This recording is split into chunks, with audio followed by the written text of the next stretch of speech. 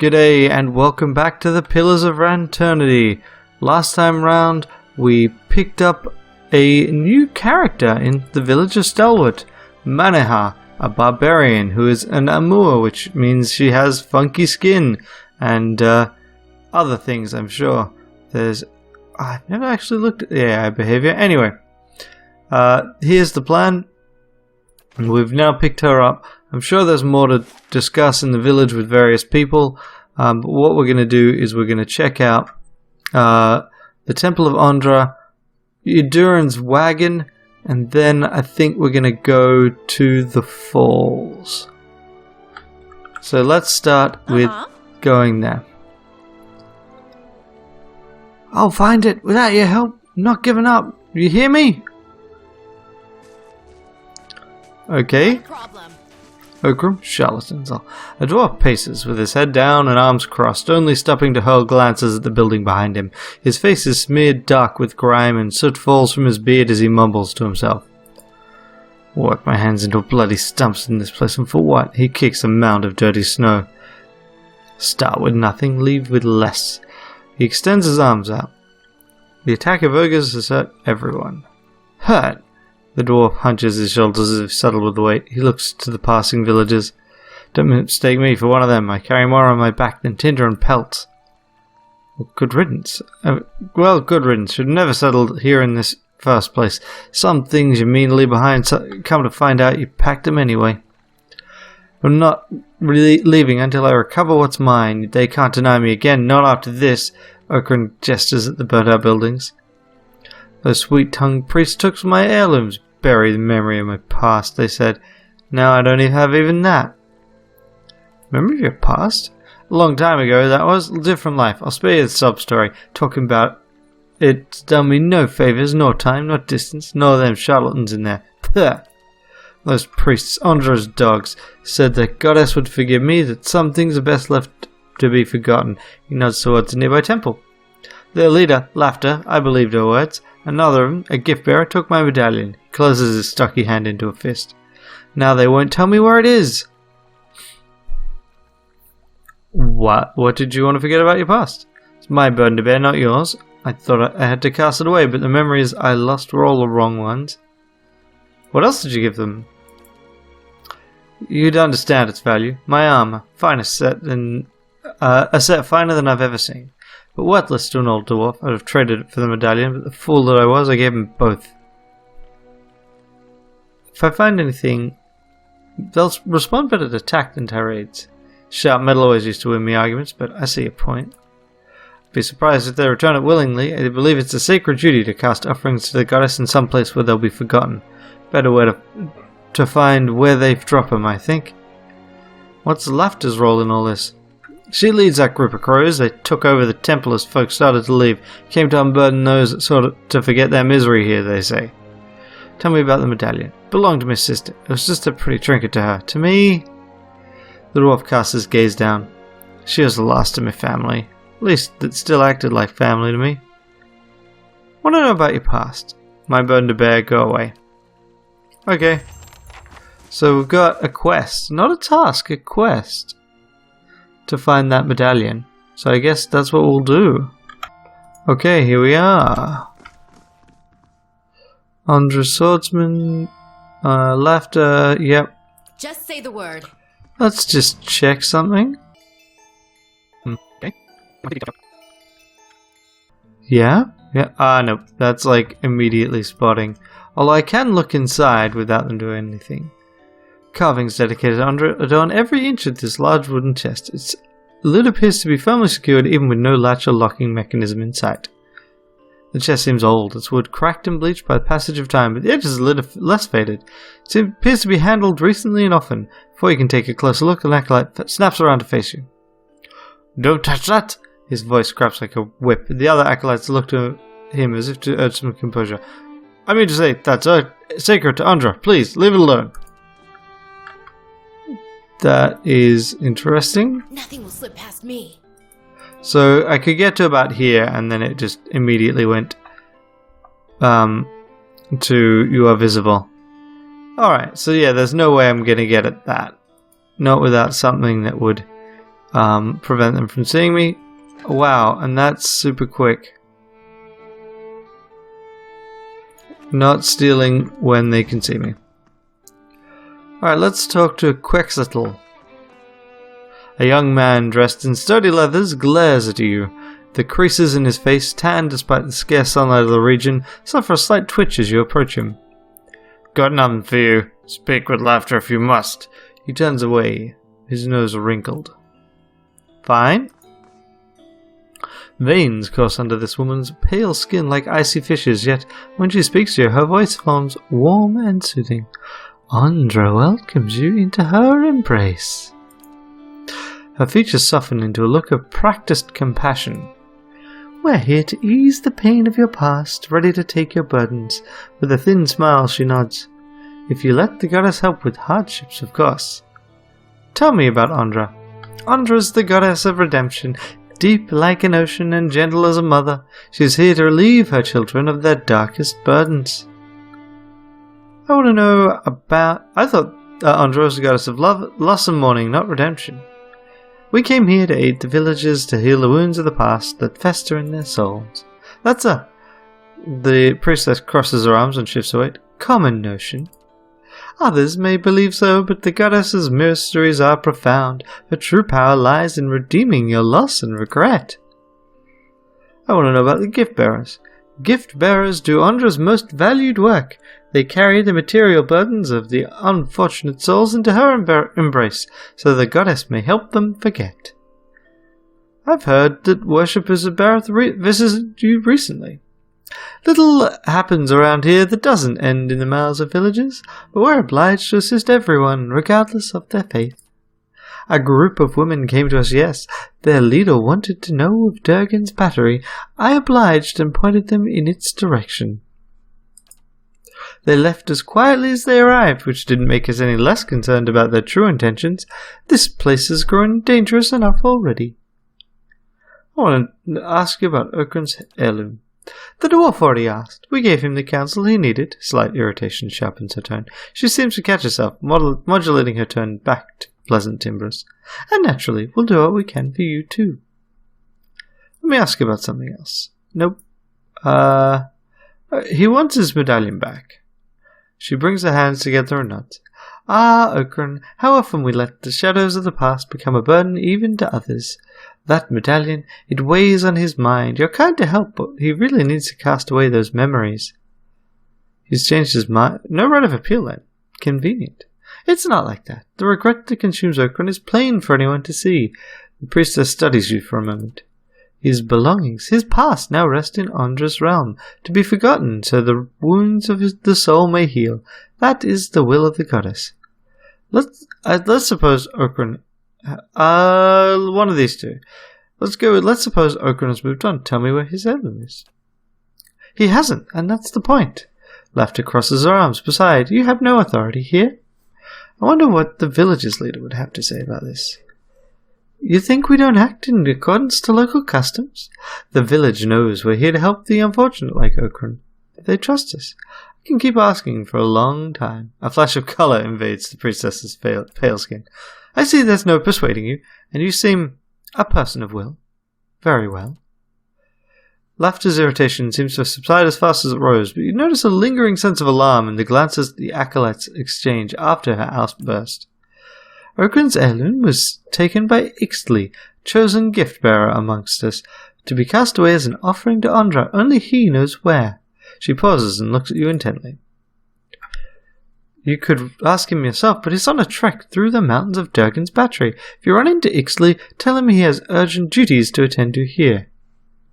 Tell me about your gift-bearer. Ixtli had business near Durgan's battery. Those mountains are dangerous.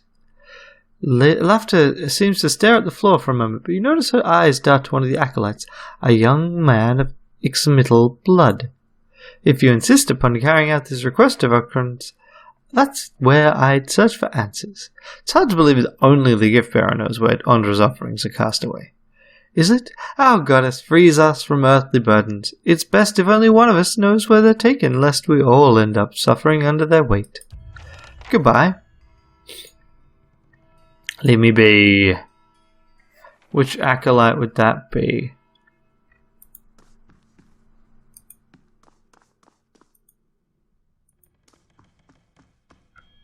So it's got to be him, but we can't do anything with him. Well, interesting. Let's go to the cart we saw. As you step outside, the heavy wooden door of the temple slams shut behind you. You hear someone barring it from the other side. It sounds like the priests are engaged in an agitated conversation. You get the sense they're discussing you, but you're also certain the door is too thick to eavesdrop through, although there may be other places nearby where you'd stand a better chance. Can't believe this. The wooden shutters of the temple's window close tight, muffle a set of voices coming from within. You can't quite make sense of the moment, but cracking a shutter open would likely help. A rusty iron latch holds the window shutters closed. With care, you should be able to unfasten it without being noticed. Okay, let us carefully begin to lift the latch from its metal hook. Halfway there, the rusted iron resists with a screech. You freeze, listening to the voices in the hopes the priests didn't hear. Their conversation continues uninterrupted. Pour some oil on the latch. You grab the latch and apply just the right amount of oil, nudging the metal until its rust gives way without sound. Carefully, you pull the window's shutters open enough to let the voices flow through. You hear a man speaking, his tone educated. You do that. Hope the mountains will do it. What if His sentence cuts as if the man was speaking to all sides of the room. Suppose she tells him then. What then? Tells him instead. What then? You recognize Laughter's voice responding. Why would she? And with all those dangers near the battery, our gift bearer won't delay. I expect that... You always expect. Look where that's taken us. A dying village. Ogres at the walls. Ixley's not back yet, and now I have to do his part. His voice drops and seethes, muffling what he has to say. After a moment, Laughter replies, Do you think I want this? That I could have known in advance? A pause ensues, its tension growing until the priestess's voice cuts it in half. We can't wait for him. We must fish out the last batch. Quickly. After that, we'll decide. The man responds in a broken voice, barely audible. You only distinguish the last words. That Russetwood pond. I'll go. Their exchange seems to end. Cautiously, you step away from the window of Andra's temple. Okay. New plan. We follow him. We follow him right now.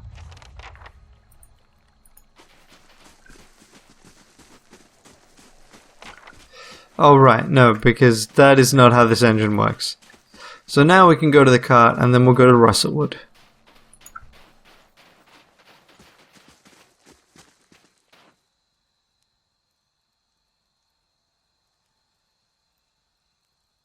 The Olam bows you. Ah, the adventurer who saved the village. So good of you to visit my humble wagon.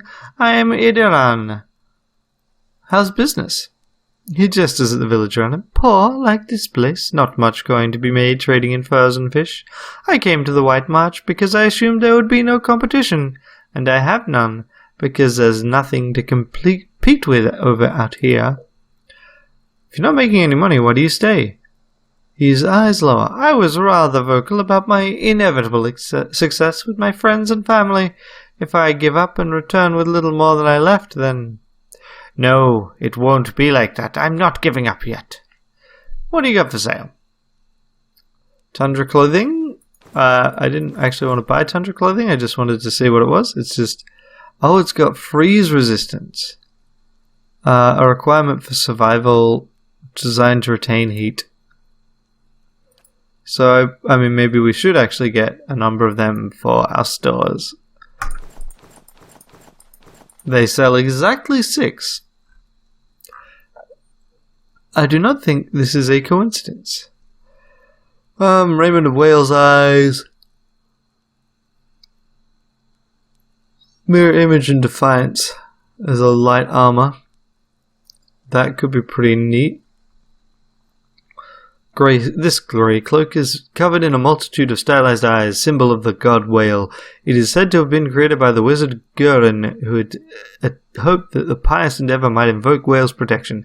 Set against the many eyes of the 100 mysteries, Gurin hoped his enemies would stumble off to falsehoods while he would remain resistant to the bewildering effect of the world's mysteries. Those who've come across the cloak since have found much use in its enchantments. What became of Gurren is unknown, however, for nothing else remains of the man or his works. I don't want it, although actually that seems pretty good. Oh, when you get critically hit, it generates a mirror image. Huh. That's actually pretty cool. That could be quite useful. Let's look at what else we've got. Riona's Buckle. This belt bears the mark of Riona, a legendary adventurer who traveled Eora in search of wealth and fame. When she was young, she trained in a martial academy in Ozia, where she struggled at first. Many of her fellow students came from wealthy local families, but she was poor and foreign. But she was clever and practiced much. One day, her chief rival, the nephew of one of the Duke's bells, challenged her to a duel. Riona could not refuse and save face, so she accepted.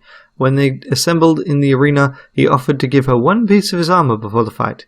He meant it as an insult to her skill, but when Riona asked for his belt, he realized his mistake. He gave her his belt, with his sheathed rapier still attached to it, effectively disarming himself. Riona won the duel by default and kept the belt as a memento. Okay, that's pretty cool. I don't think it's a good item, so I'm not going to keep that. The Hat of Alluring Perfection? I see. This hat was designed by an apprentice wizard who sought to create the perfect magical accessory. He spent weeks binding spells and wards to the material, but when he finished, he felt it looked rather plain. He wanted to strike an imposing figure for peers and rivals, so he spent a few more days adding embellishments, the crest of feathers behind one ear, a band of silk around the brim. It was an improvement that also showed the young wizard how poorly he'd chosen his original color scheme, so he spent a few more days experimenting with other shades in suede, satin, and leather. While the poor apprentice obsessed over his hats, his peers continued to study spells and hexes. By the time of his first duel, he'd assembled a fantastic wardrobe, but forgotten many of his spells. His performance ended his budding career in magic most ignominiously, but he went on to become a successful tailor. I don't... Why do you do that? That's very strange.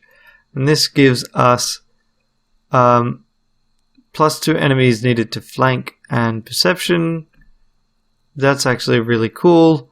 Was Bruiser, follow of Whale, blessed by the God of Secrets. I mean, this is just a flat upgrade over what we've currently got in that slot. So I think we will try that. Tundra Hood.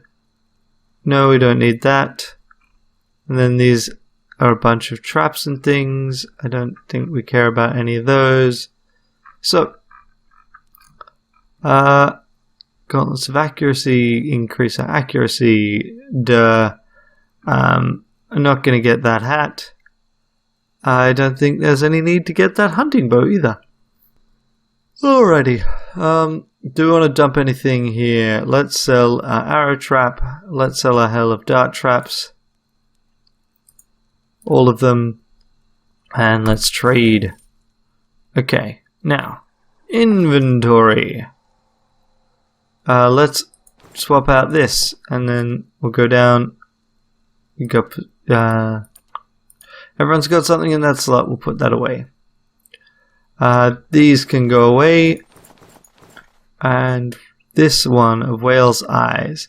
So this is giving us intellect and law, which I think is mostly useful in social situations. But Aloth, he's got, what does overseeing do? Increases the area of effect of his spells. So that's kind of useful. Wonder if that would be better. And you have light armor, which boosts your healing and damage reduction and speed. Aloth has unique heavy armor.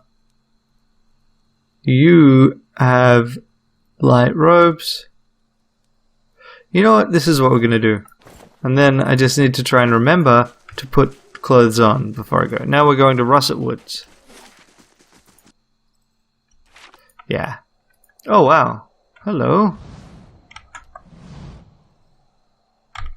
I mean, actually, I should sneak. Fresh fish, freshly caught. Me and Sledge are thinking about heading down, joining a caravan over to Donny. Fresh fish, Donnie, freshly what for? caught. You like your ogres bigger?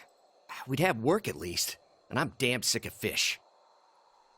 Okay, so we will take their stuff. Because I guess we didn't get to loot the corpses at the end of the last one. Ooh, Major Spellbind Domination. And, okay. Let's do that, and then everything else goes in here. Major Spellbind Dominate.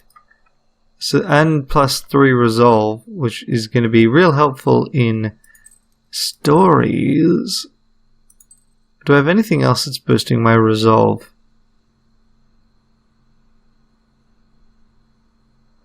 Yeah. So Lasting Vigil. So this now can go to someone else. Do you need a hat? No. Although maybe I could use that. Do you need a hat? Yes. Excellent. So then the question is, do we have any other hats? I think we may already have things that are boosting our decks, yeah. So keep an eye out for a good hat. Alrighty. Russet Woods. You must gather your party before venturing forth. About 8 hours to get there. Be fine, really. Bring back the Nothing will fight. slip past me. There's a woman can do some damage squeezing her legs together. What? Isn't a parlor trick. Oh, right. Besides, she doesn't take orders well. She has backbone, that woman. Does it scare you? No, but I won't be responsible for what happens if you call her whore. Okay. So let's explore. Oh, hi there. Let's see how we do. So where are we? What have we done? Okay. Now. Me. These are spirits. I don't know how they work. You're immune to hobble, petrified, and stuck. You are not immune to blind. So, we'll kick this off.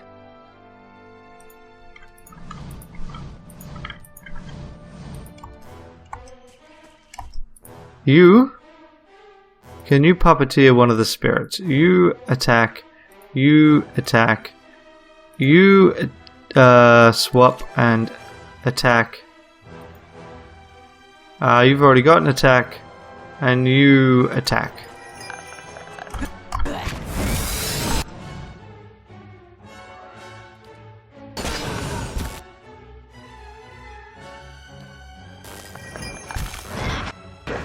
I wish you You should swap out.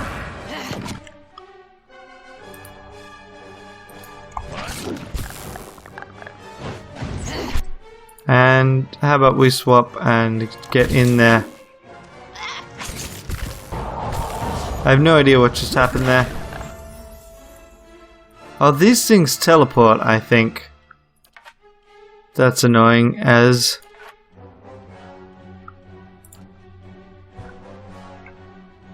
Let's try this. What?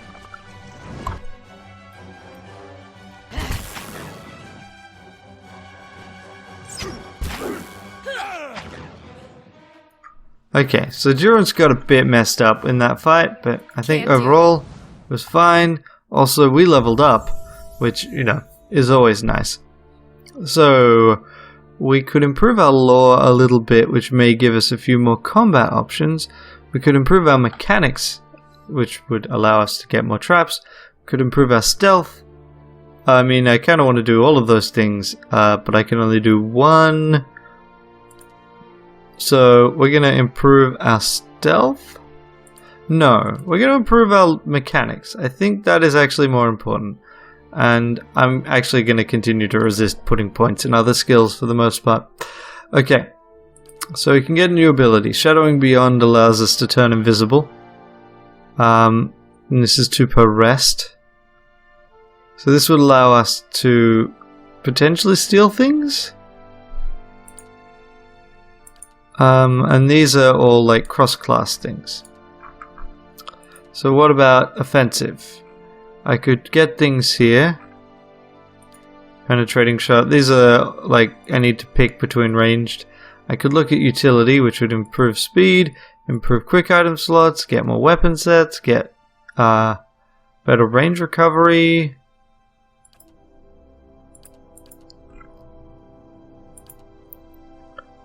Ah, swapping spells could be helpful. So this one is interesting. So this is actually health, not the endurance, right? So this actually gives you more hit points, which is one of a very rare effect in this game. And that allows us to use it on someone else. But I don't think there's any of these things that I want to do. So I think I'm going to get Shadowing Beyond. And there's nothing defensive, yeah, so we'll do that. So we'll just pick up a rogue talent. So now we can turn invisible twice a day. And we'll get the ingredients. See what I can find. And we'll go to the north. I definitely need to make sure that I didn't have fast mode on in combat. That's a bad move. So the other question is, how dense are these fights likely to be? This simple shrine is covered in a thick layer of snow, fallen leaves, and feathers. A pair of curving bones flanks the altar. Let's examine the shrine more carefully. The shrine does not appear to be frequented often, though traces of old candles line the edges of stone. Under a dusting of frost, you notice a rectangular section of the altar's surface that seems to be cleaner than the rest, as if something once rested here. Touch the altar. You feel a tingle run up your arm as you set your fingers to the altar. In the instant after, the wind seems to die down, the sounds of the wilderness growing muted to your hearing. Then you hear a sudden low growl, quickly joined by more. A vision strikes you like a sudden memory, though it is unbound by time or place. Within a sea of darkness, you see a great beast, formless save for its gleaming fangs. It growls and snaps with increasing desperation and savagery, and for a moment you feel its rage as your own, a possessive fury that tears at you.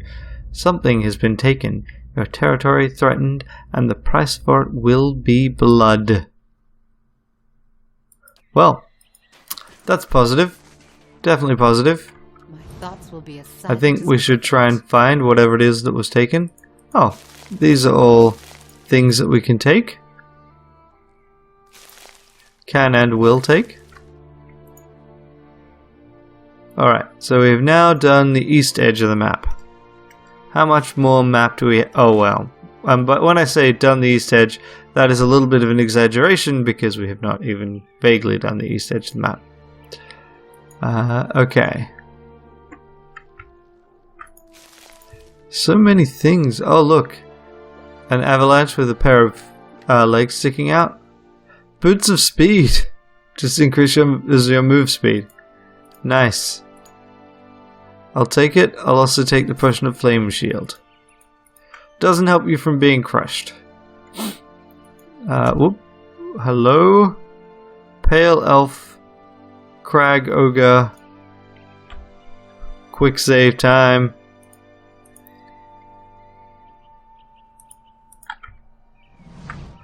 A group of elves stands in a scattered ring around an ogre, but they do not appear to be engaged in battle. The ogre is bound with rope. One of the elves tugs harshly on the line tied around the ogre's neck. This is pointless, beast. You won't get anywhere being stubborn. The ogre only snorts angrily and pulls back on the rope. Two other elves prod him somewhat timidly with their poleaxes. The ogre does not budge. Hey, Vamrel! One of the elves has turned to look at you, motioning at the man occupied with the ogre. The elves turn to look at you, hands falling to the weapons. Vamrel gives a sharp yank on the rope before he turns as well. Rather sad specimen for an ogre. I like there's a punch the nearest elf option. He came cheap. We need the muscle. That way. He came cheap. We need the muscle. God knows they're good for little else. He gives the rope another tug. The ogre's already impressive scowl deepens. The ogre gives a great bellow and suddenly lunges backward, tearing the rope free from his captor's hands. With a roar of triumph, the ogre pulls the bindings apart on his arm. Vamrel glares at you. Look what you've done. Stop that ogre, but don't damage my property, and bring that fool's head. Okay. That seems very demanding. All of you. Okay, so. Hey ogre, could you help us out here? Alelf, could you just hit these guys. Dear, can you grab this guy? Can you go and... I like how her attacks have an area of effect. Wow. And me... let's just try blinding that one.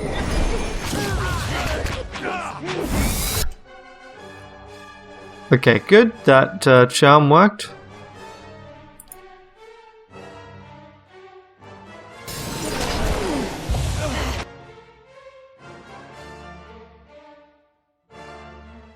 Okay, so whatever's happening here, it is not ideal for everyone involved.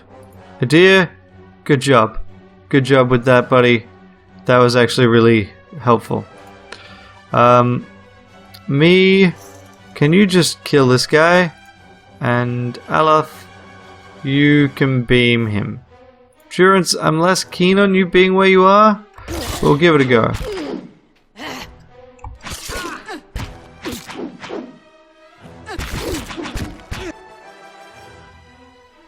Yep, that's good.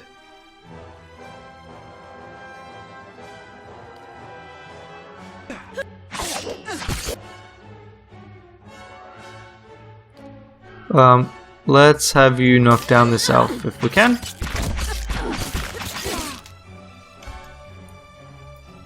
Okay, so, am I... who's taking damage here? You. Yell to frighten. That's per encounter.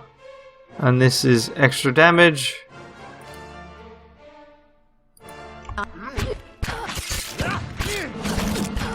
How did... oh, that shot me. Right.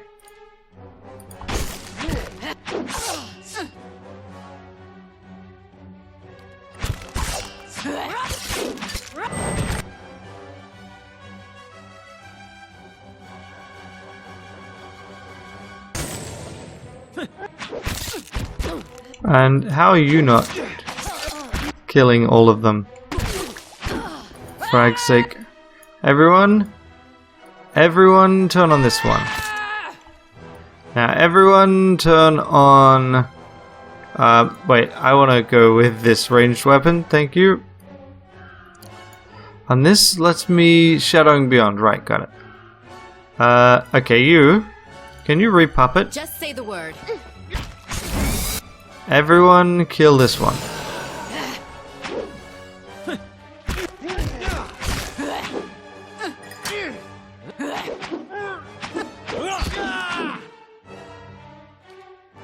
Yep, let's just do that. Alice used his abilities, she's used hers. Adir, can you knock him down? And you, can you barbaric blow this guy?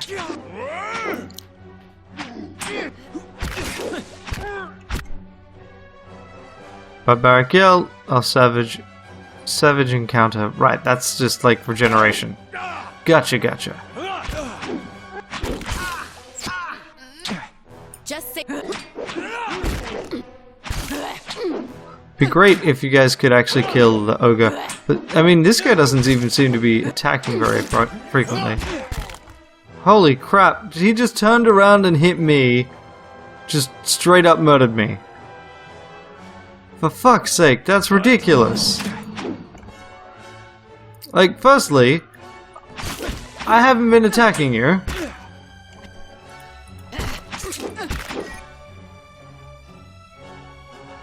Secondly, what the hell?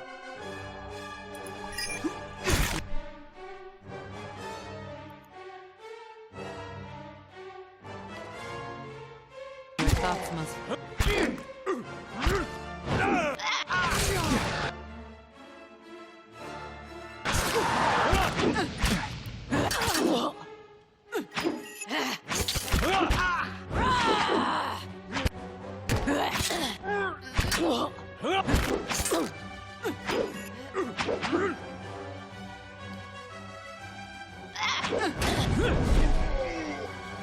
Alright, now you guys focus fire. I'm really actually I'm really frustrated by the way that worked. It's just like, oh yeah, sure, the ogre will just turn around and immediately murder one person that hasn't been attacking them, hasn't been involved in the fight really with them, and has been attacking the guys they've been fighting. Alright, so we've got Bittercut, which I'll take a look at next time. Everything else can go in. I said everything else can go in. Alright. And I think we'll leave it there with this bit of a shambles of a fight. Until next time, have a great day. Thanks for watching. I really appreciate you spending the time and effort watching the videos I make. If you'd like to watch more, on the left there should be another video from this playlist. On the right there will be whatever YouTube recommends. And in the center there is a convenient subscribe button, just in case you need it.